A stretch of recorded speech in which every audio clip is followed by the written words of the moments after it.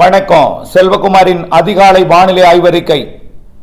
அதிகாரப்பூர்வ வானிலை அறிக்கைக்கு இந்திய வானிலை ஆராய்ச்சித்துறை அறிக்கையை பார்க்கவும். 2025 நவம்பர் 9 ஞாயிற்றுக்கிழமை அதிகாலை வானிலை பதிவு.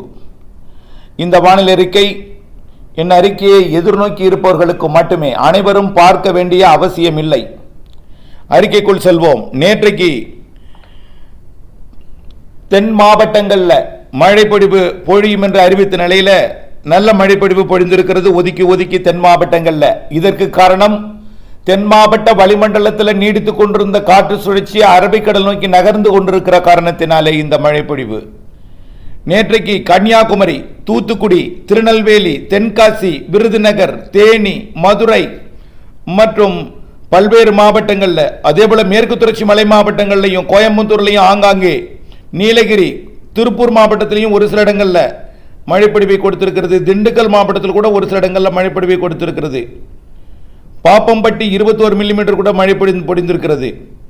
அதே போல ஒரு சில இடங்களில் திண்டுக்கல், திருப்பூர், கோயம்புத்தூர் மாவட்டத்தில் ஒரு சில இடங்கள், நீலகிரி மாவட்டத்தில் ஒரு சில இடங்கள் மற்றும் மதுரை, தேனி மாவட்டத்தில் கொஞ்சம் கூடுதல் பரப்பில் மழைப்பொழிவு. தூத்துக்குடி, விருதுநகர், தென்காசி, திருநெல்வேலி, கன்னியாகுமரி மாவட்டங்களில் கொஞ்சம் கூடுதல் பரப்பில் இருந்தாலும் ஒதுக்கி மழைப்பொழிவை பார்ப்போம். எங்கே பொழிந்தது என்று கிடைக்கப்பட்ட தகவலின் அடிப்படையில் கிடைக்கப்பட்ட மாவட்டங்கள் மட்டும்தான் அறிவிக்கிறேன். கன்னியாகுமரி மாவட்டம் பூதபாண்டி 26 மில்லிமீட்டர், திருப்பரப்பு 24 மில்லிமீட்டர். மேலும் நிறைய இடங்களில் அந்த மாவட்டத்தில் மழை 1 சென்டிமீட்டருக்கு மேலே நிறைய இடங்களில் மழை இருக்கிறது.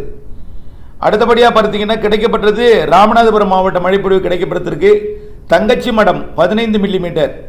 இன்னும் அந்த மாவட்டத்தில் ஆங்காங்கே மழை இருந்தது. சிவகங்கை மாவட்டம் திருப்புவனம் 38 மில்லிமீட்டர் மழை பொழிந்திருக்கிறது. தென்காசி மாவட்டம் சிவகிரி 43 மில்லிமீட்டர் மழை பொழிந்திருக்கிறது. 43 மில்லிமீட்டர். தேனி மாவட்டத்தில் பெரியாரில் குறைவான மழைப்பொழிவு பொழிந்திருக்கிறது. அடுத்தபடியாக தூத்துக்குடி மாவட்டம் சாத்தான்குளம் 15 மில்லிமீட்டர் மழை பொழிந்திருக்கிறது. அடுத்தபடியாக பார்த்தீங்கன்னா விருதுநகர் மாவட்டம் Aruppukottai 17 millimetre, Kovilankulam 15 millimetre, Virudhunagar 15 millimetre. மேலும் Sivakasi RTO office 13 millimetre, Periyar அணை 10 மில்லிமீட்டர் மழைப்பொழிவு.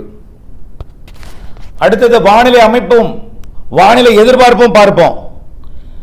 நன்றாக கூர்ந்து புரிந்து உணர்ந்து மழை எப்பொழுது என்பதை உணர்ந்து,